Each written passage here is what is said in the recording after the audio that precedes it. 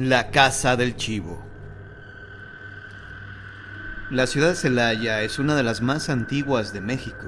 Es ruta obligada de los que visitan la hermosa ciudad de Guanajuato, y aunque muchos no se detengan a admirarla en detalle, hay en sus tranquilas colonias casas antiquísimas, algunas ya abandonadas y en proceso de franca decadencia. Así se encuentra hoy la llamada Casa del Chivo, situada en la calle Mártires, rebautizada hoy como calle del poeta José Nieto y Aguilar.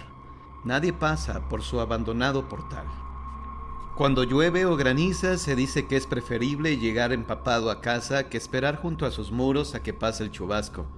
Algunos vecinos hablan de extraños vapores misteriosos que se creen provenientes del pozo clausurado que está al fondo del jardín de la casa abandonada. Otros hablan de un galope corto y casi inaudible que se deja percibir en las noches de luna llena, un galope de patas de chivo. Poco a poco, los que vivían cerca de la Casa del Chivo optaron por buscar otros barrios más tranquilos, quedando la casa y la calle solitarias y a oscuras. Pero, ¿qué misterio inexplicable encierra la Casa del Chivo? ¿Por qué cuando el fuereño menciona su nombre, los viejos se santiguan y esquivan la mirada? Fue casi imposible averiguar el origen de tanto temor. Nadie sabía a ciencia cierta por qué este nombre, con el que se asusta a los niños que no toman la sopa diciéndoles: «Hey, si no comes, esta noche te va a llevar el chivo». Y el despreciado plato era vaciado hasta dejar la cazuela brillante. Me atrevo a pensar que la palabra chivo es la causante de tanto misterio. Todos temen a la presencia de un extraño ser que tiene patas de chivo. Recordé historias de animales que aterrorizaban a la gente: los hombres polilla del norte del estado de Florida, el chupacabras mexicano, muchas clases de gracos y vampiros. Pero cuando se les menciona a los vecinos de Celaya, se reían de mí. Imposible, estos seres no eran reales. En cambio, el olor y los ruidos de esta casa sí lo eran. Pero, ¿dónde comenzar a buscar? ¿Quién me podría dar razón del extraño ser que se decía aún habitaba en la Casa del Chivo? Luego de mucho caminar, finalmente di con la persona indicada. Era el licenciado Malatesta, es cronista de la ciudad. Había hablado por teléfono con él y me citó a las 6 de la tarde del día siguiente. El lugar del encuentro, ya lo adivinaron, en la misma casa maldita de la cual él poseía la única llave. El horario de verano en México hace que las 5 de la tarde sea solamente una extensión de la siesta soleada. Aún hay buena luz, los niños juegan en las calles y el comercio está en plena actividad. Claro, estoy hablando de un mundo alejado de la casa siniestra. Porque en esa barriada todo es silencio. Cada tanto, el ladrido de algún perro interrumpe la quietud del atardecer celayense. Era el único sonido que había podido escuchar hasta ahora. Malatesta se acercó cojeando, arrastrando penosamente una pierna. Según él, recuerdo de su participación en la Revolución Mexicana. Pero no quería hablar de ello. Me di cuenta que era un hombre hosco y desconfiado, tal vez amargado o desilusionado por haber sido testigo o actor de algún suceso desdichado, cuyo peso lleva cargando hasta el fin de sus días. Me asombraron sus cejas triangulares y la barba puntiaguda. Si accedí a contarle la verdadera historia de la Casa del Chivo, me dijo, es porque me queda muy poco tiempo de vida. Padezco de una extraña enfermedad que los médicos hallan imposible de diagnosticar y mucho menos de curar. Cuando le pregunté de qué se trataba, guardó silencio. No quería hablar de ello. Extraño personaje este señor Malatesta, y olía aún más extraño, con un hedor que me era vagamente familiar, pero del cual no acertaba a descifrar cómo, dónde o cuándo lo había percibido, pero cuyo remoto recuerdo hizo que un escalofrío me recorriera el espinazo. Sin embargo, me armé de valor y como había venido a develar un secreto y aquí estaba, le pedí que entráramos. Con una sola mano forcejeó largo rato con la oxidada cerradura. La otra mano estaba inmóvil en su bolsillo, tal vez inutilizada. O tal vez no deseaba enseñármela. Siempre he desconfiado de los mancos. La llave gimió y finalmente dio vuelta en la cerradura. Tuve que ayudarla a empujar la puerta mohosa por los años y el deterioro. Adentro olía a encierro y a algo más, de nueva cuenta, extrañamente familiar.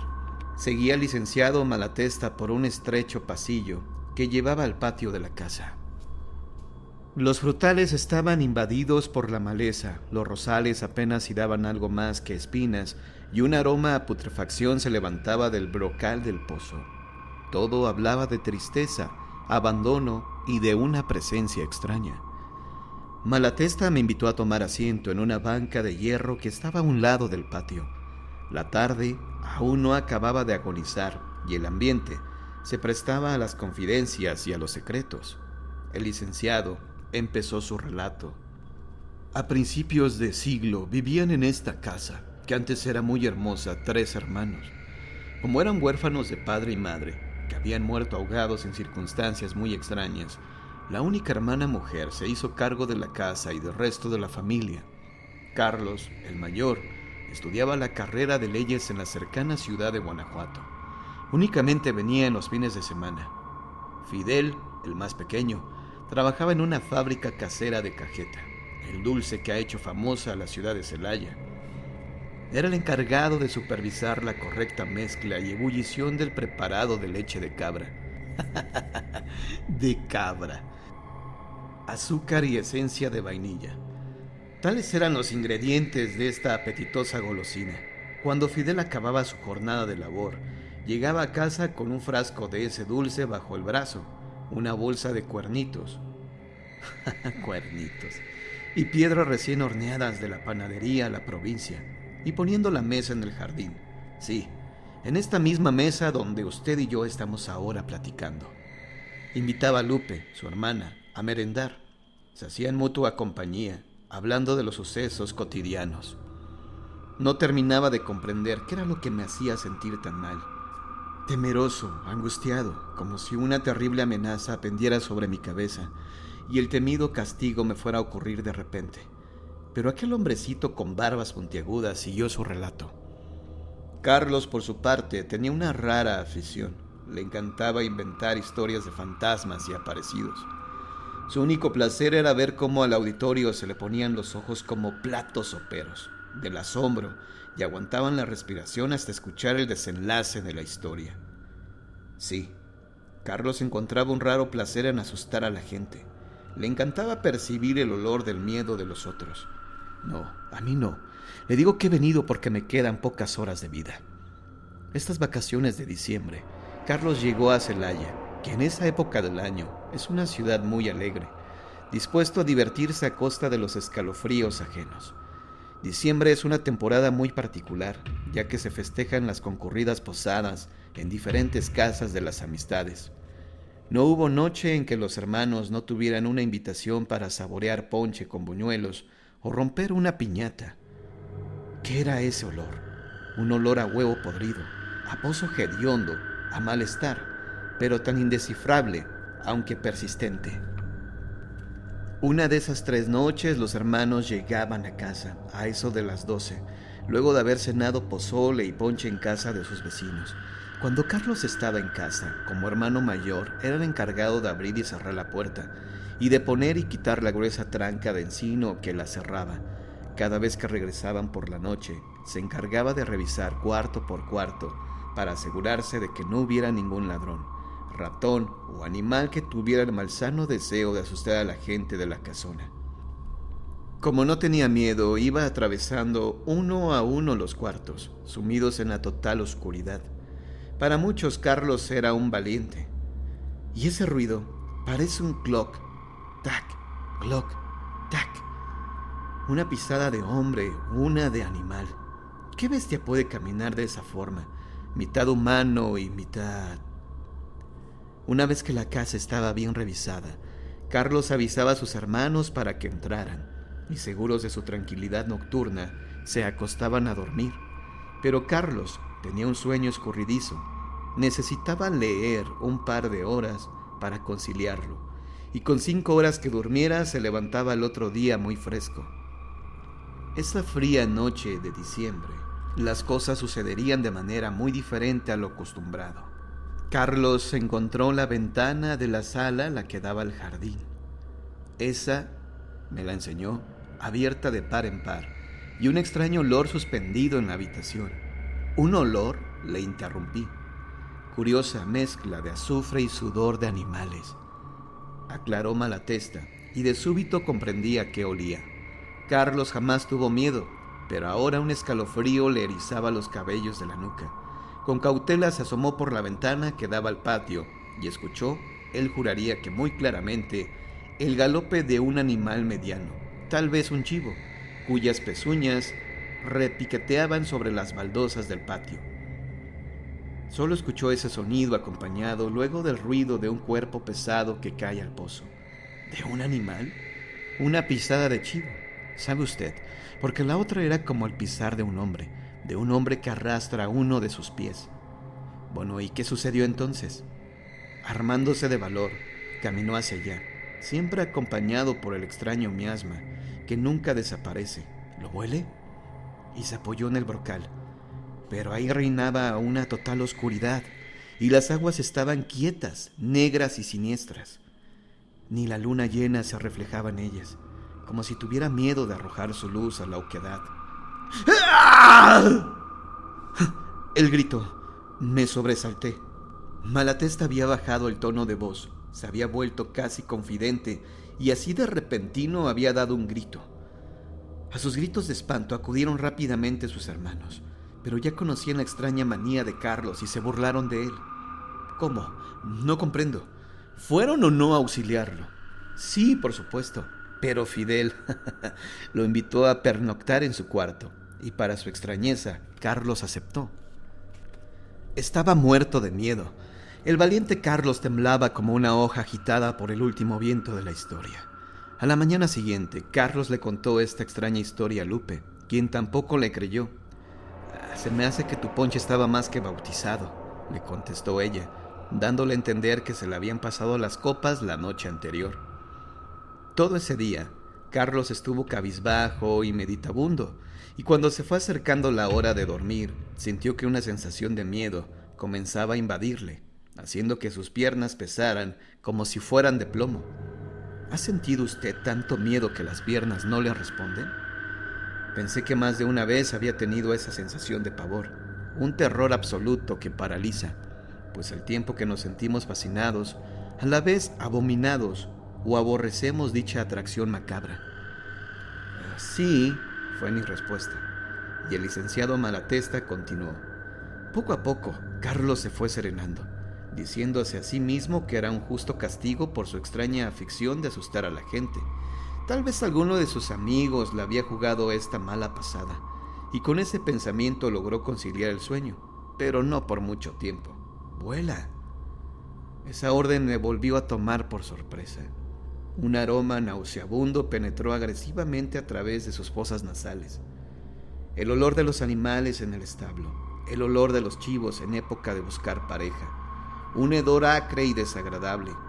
¿Lo percibe? De súbito, el ruido de un galope sobre el piso de la sala, sobre las baldosas de la terraza y el chapuzón final. No era una alucinación. Estaba ocurriendo de verdad. Otra vez. ¿Qué era aquello? Clac, toc, clac, toc, clac, toc. Entonces lo oí con claridad. Estaba dando vueltas por ahí, y si era lo que Carlos hacía ya muchos años llamó el chivo, ¿qué sería? ¿Un fantasma? ¿Una aparición? ¿Una leyenda vuelta a carne? Despertó a sus hermanos, aseguró Malatesta, quienes ahora sí se asustaron al verle con los cabellos erizados. Los tres bajaron al patio y para su sorpresa, las aguas del pozo se removían inquietas. «¡Qué olor tan extraño!», dijo Lupe. «Huele a azufre y a algo más». «Me recuerda el olor a amoníaco», aseguró Fidel. Aterrorizados, los hermanos decidieron pasar la noche en la habitación de Fidel, y cuando caminaron por el embalsamado del patio, en dirección a la sala, vieron una marca en la tierra del macizo de geranios, la clarísima huella de una pezuña, solo una. Al lado, pisadas humanas, quizá de ellos mismos. ¿Qué clase de animal podría caminar en una sola pata? ¿Era el miedo que les hacía ver visiones? Encendieron unas veladoras y se acostaron los tres en el mismo petate, pero no pudieron conciliar el sueño. La idea de que un ser con olor a animal y patas de chivo visitaba su casa por las noches lo sumió en el terror. ¿Quién anda ahí?, gritó Malatesta. Pegué un salto. Luego me di cuenta que imitaba la voz de Carlos, pero nadie le respondió. El asunto no pareció durar demasiado. Chasquidos, carreras, extrañas luces, luego el hedor. Los seres que habían llegado a habitar su casa realizaron todo el extraño ritual en menos de 15 minutos.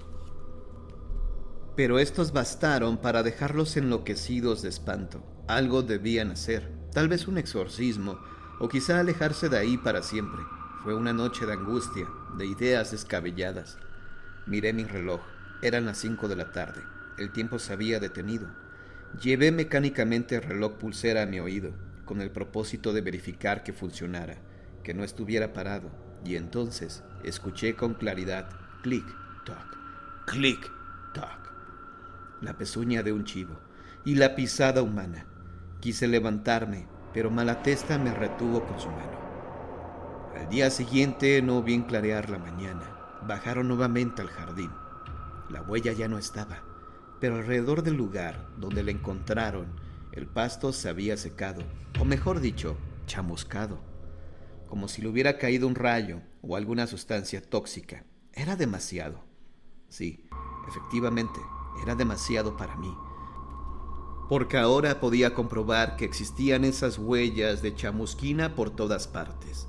El aire se tornó menos respirable. Las paredes de la casa comenzaron a brillar con incandescencias púrpuras. Malatesta brillaba y hubo un resplandor acompañado de un estruendo. Liaron sus bártulos, entregaron la llave de la casa a sus vecinos y anunciaron que por razones de fuerza mayor habían decidido mudarse a la ciudad de Guanajuato y que su casa estaba en renta. El azufre, Dios mío, cómo apesta. Millones de puntos multicolores comenzaron a cubrir todo lo visible. Yo quería correr, huir, escapar de esa casa maldita, pero la garra, quiero decir, la mano del licenciado Malatesta me sostenía con firmeza y no me dejaba mover. Espera un momento, porque ahí no termina la historia. Nadie más volvió a habitar la siniestra casona. Mendigos y vagabundos que se animaron la abandonaron a los pocos días, semi-asfixiados por espantosos olores que emanaban del pozo hacia las 5 de la tarde, o asustados por el extraño ruido de un galope y el chapuzón final, o aterrorizados por las luces que brotan de las paredes, incendiándolo todo. Sola y abandonada la casa, el jardín volvió a ser lo que era, el imperio de las zarzas y las malas hierbas que sofocan con sus tallos envolventes y aromas tóxicos los otrora bellos rosales y árboles de fruta. Los vecinos, cuando pasan por la acera, solo se persignan y huyen apresurando el paso. Juran que aquí espantan. El licenciado Malatesta hizo una pausa, mirándome a través de sus anteojos oscuros. Una extraña sonrisa se dibujaba encima de su barbita de chivo. Esta es la historia. Tal vez le sirva o tal vez quiera olvidarla. Pero sé que usted y solo usted podrá comprender el siniestro final de la misma, me dijo. ¿Aún hay más?, le pregunté tontamente, con la ilusión de que me dijera que no, que todo había terminado, aunque sabía que lo peor estaba por venir. Mucho más de lo que se imagina. Y me miró fijamente a los ojos. Se había quitado los espejuelos y en su lugar había... Oh, no podía ser. No podía ser. Pero lo era. Sacó la otra mano que yo creía lisiada. La sacó del bolsillo de aquella capa negra. Malatesta me enseñó una pezuña de chivo, y ante mi asombro y terror, otra pezuña apareció por el extremo de su pierna coja. Casi me desmayo. Solo alcancé a gritar pidiendo auxilio. Pero quien no conoce mis bromas pesadas, aquellas que hago para asustar a los niños. ¿Quién querría acercarse siquiera a la casa del chivo? Un extraño olor comenzó a invadir el jardín. Sentí que me desvanecía. En mi estupor y somnolencia, Solo alcancé a ver cómo algunos rostros de los vecinos se asomaban por la puerta entreabierta, que Malatesta no tuvo la precaución de volver a encerrar.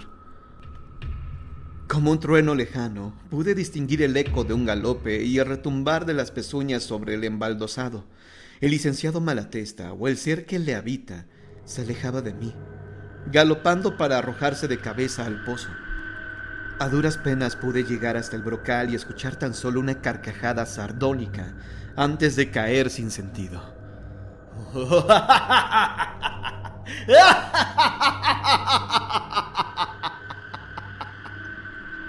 Los médicos dijeron que fue una alucinación, una especie de sueño o pesadilla. Una psicóloga que me atendió en el hospital al que me llevaron los vecinos fue muy amable al explicarme cómo funciona el mecanismo de la sugestión. Aquella tarde hacía mucho calor. El hedor del pozo, que ha estado inservible desde hace años, y su predisposición, quizá, terminaron por jugarme una mala pasada. No sé cuándo terminará esta historia. He pedido que cierren este pozo y clausuren definitivamente la casa para siempre. Algo la habita. Quizá el pozo sea una puerta a otro universo, a otra realidad que aún no estamos preparados para entender. O es probable que las historias de machos cabríos diabólicos sean ciertas y que mis escritores favoritos no inventan, sino que saben que sus cuentos no son imaginados.